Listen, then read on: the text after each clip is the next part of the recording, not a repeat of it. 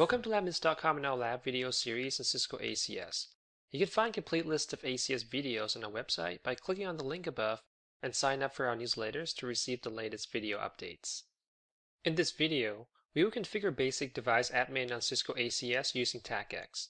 We will go through the whole process of adding network devices and users, as well as authentication and authorization policies. We will use the Cisco switch and ASA as our test devices. Here's our lab setup. On VLAN 32, we have an ACS 5.4 installed at the IPF.100, and we have a Windows 2008 domain controller at the IPF.40.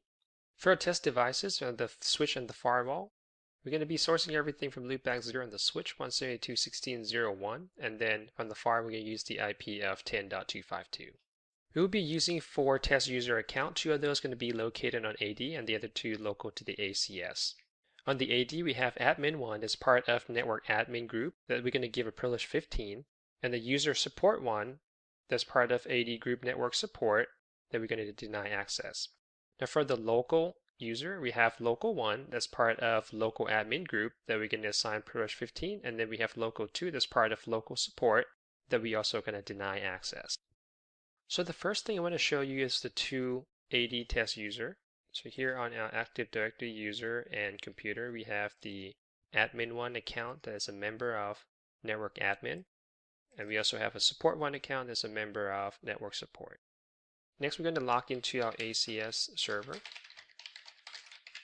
Since we're going to be utilizing Active Directory as the identity source, we want to make sure that our integration with the Active Directory is still good and functioning. So under the external identity stores and Active Directory, you can see status is currently joined and connected to the domain name LabMinutes.com.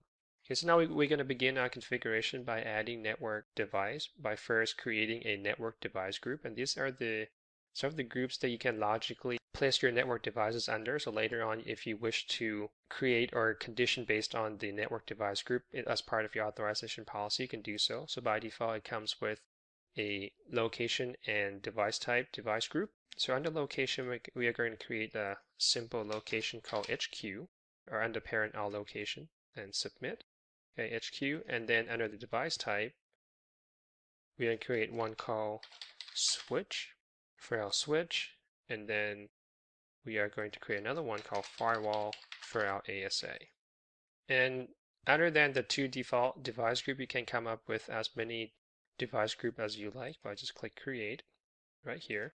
All right, once we have the network device group created, we can go ahead and start adding our network devices. So the first device that we will add is the switch. So the name of the switch is switch 1. For the location, this is where the network device group comes into play. Then you place them into the corresponding device group. So location is HQ, and then device type, we're going to pick switch. And then we have to give it the IP, or tell the ACS the IP that it expects coming from the switch. We said we're going to source it from the loopback of the switch, which is 70.0.1. You can see you also have an option to do based on IP subnet or IP range. So when you create a network device, it might not be just for a single device, but for a group of devices. Okay, for us, we're just going to use a switch. Here we are going to intentionally input an incorrect IP, so later on we'll see how the ACS will respond when an unknown IP is trying to contact the ACS. So we'll come back and fix that later on in this lab. So let's leave that at 0, let's say .4, because our actual IP is .1. Share secret is Cisco, so we can also share it in clear text, and then we can go submit. Okay, and then we also going to add our ASA, and the name of that is FW1. You can select your location and device type. Firewall, the IP address is 172.16.10.252, and then again, share secret is Cisco. Okay, submit. And as I mentioned back in the web interface walkthrough video, there's also a concept of device or default network devices. For any device that did not match this list under the network device explicitly, will be treated based on whatever you defined under the default network device, and if it's disabled, then obviously the ACS will just drop the request. So we're going to leave that as disable. And that's it for the adding network devices. Next, we're going to start adding our local users, and we say we're going to have 2 types of users for the local admin and then local support. So first, we're going to create an identity groups for our users. The first group we'll call that local admin, and then submit, and then create one more called local support. And as you can see, this is a hierarchy of groups, so you can actually go further and create like a subgroup of a group if you want. Next, we're going to create users. So under internal identity stores, we'll click on users. And by default, it's no user, so we'll create one. And our first local user is called local1. So for the name is local1. And then we assign that to the identity group we just created, which is local admin for this particular user. You can also specify account expiration if you like. And then if you also want to utilize like an external database for the password lookup, you can also do that as well by choosing the corresponding external identity source. By default, it's going to be using internal password. So for the password and this user, we're going to do Cisco123. 123. Later on, we also want to show you how the password can be changed at first login. So we can click on that. And for the enable password, we're just going to do Cisco123 as well. And then you click submit to create the user. And then we need to create one more for our local 2 with the local support group. So local 2, local support. And then password, just going to do Cisco, and Cisco for enable password. And then submit. All right, so that's all you need to do for creating ACS local users. Next, we're going to get under the policy elements and the concept of authentication authorization policies of ACS 5.x is a little different now that everything is based on conditioning and results. So when you build your policies, it's going to go from top to bottom in the policy table and trying to match a conditions. And whatever that policy or rule that is matched, the results authorization permissions will be pushed down to that particular user.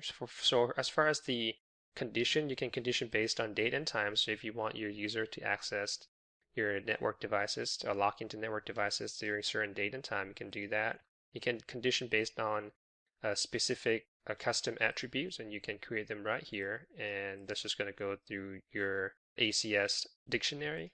And there's other condition you can do based on end station filter, device filter, and device port filter.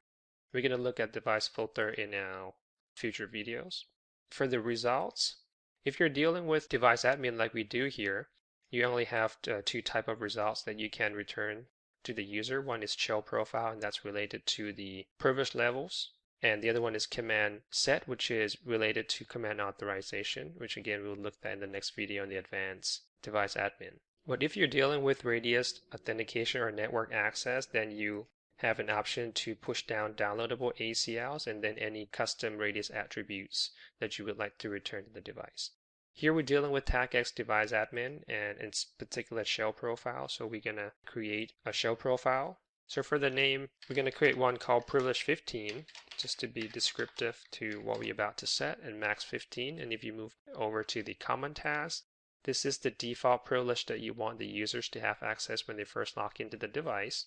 So we say we would like to allow admin 1 and local 1 to have privilege 15 right off the bat when they're trying to log in. So for the default privilege, we choose static and the value is 15. As far as the maximum privilege, it's basically dictates what is the maximum level of privilege that the user can move around on the command line, which we will again look into detail later in the advanced device admin video. So for now, we're going to do maximum 15. So we allow this whoever that inherit this particular privilege to have maximum privilege. You can see here once you choose the attributes under the common task, it gets converted to the corresponding attributes for TACACS. And on top of that, if you wish to push down particular TACACS attribute, you can also do it right here. Okay, so submit. For us, that should be it with the privilege 15 and max 15. Now we're going to go ahead and start creating our authentication authorization policies. So the way it works here, there's what I see as a two-step process. First, when the request comes in, the ACS will evaluate the service selection rules. So whatever rule that gets matched right here would take you to the next step, which is accessed services.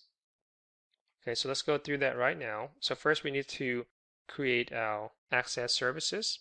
And usually you create a unique access services for each of the service that you want to provide to your user.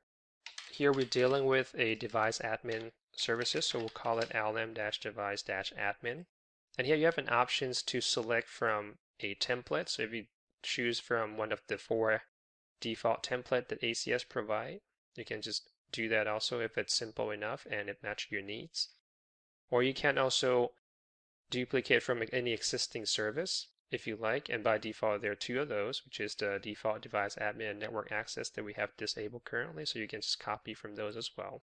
Or you can create from scratch, which is what we're going to be doing right now. There are 3 main types of service, which is network access, device admin, and external proxy. Here we're dealing with device admin, so we'll click device admin, and then as far as policy structure, you have identity, group mapping, and authorization. Usually don't see much used on the group mapping, so we'll leave that unchecked. And then we're just going to use identity and authorization. We'll click next. And here we need to configure allow protocol as far as what protocol you want this particular access services to serve or to allow. When you deal with TACACS, all you need is just to allow PAP and ASCII, and you don't even need to have process host lookup. Everything else should be unchecked as well. So we'll click finish. And as soon as you do that, it's asking you if you would like to modify the service selection policies and activate the service, so we can say yes. And it would take you to the service selection rule page. So here we can go ahead and create, and we can just use the default rule number 1. And for condition, we can just match based on TACACS. So we're going to say anything that's coming in using TACACS protocol, we're going to pass it down to the access service called lm-device-admin that we just created. And by default, it's deny access, so that's good. Go save change. So you can see how it works here. Then the request comes in, it's going to go through this table and trying to match based on the condition, and then it will select the corresponding access services, and then it will continue to evaluate the request from there. So you can see as soon as you add the access services or use it under the service selection rules, it will be turned green or becomes enable. So now under that, we have to specify the identity source that we want to use. By default, it's deny access. And here you have 2 options of single result selection or a simple matching, or you can also do a rule-based matching as well if you want to use different identity source based on different conditions. For here, we're just going to say anything or anybody who wants to log into our switch in the firewall, we're going to authenticate them against the same identity source, which in this case, we're going to point to identity source sequence that we created in the previous video in the Active Directory integration.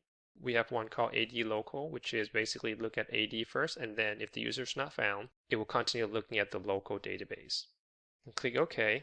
Just to make a quick note, you expand the advanced option, you have a different options for the how you want to treat the authentication fail, user not found, and the process fail.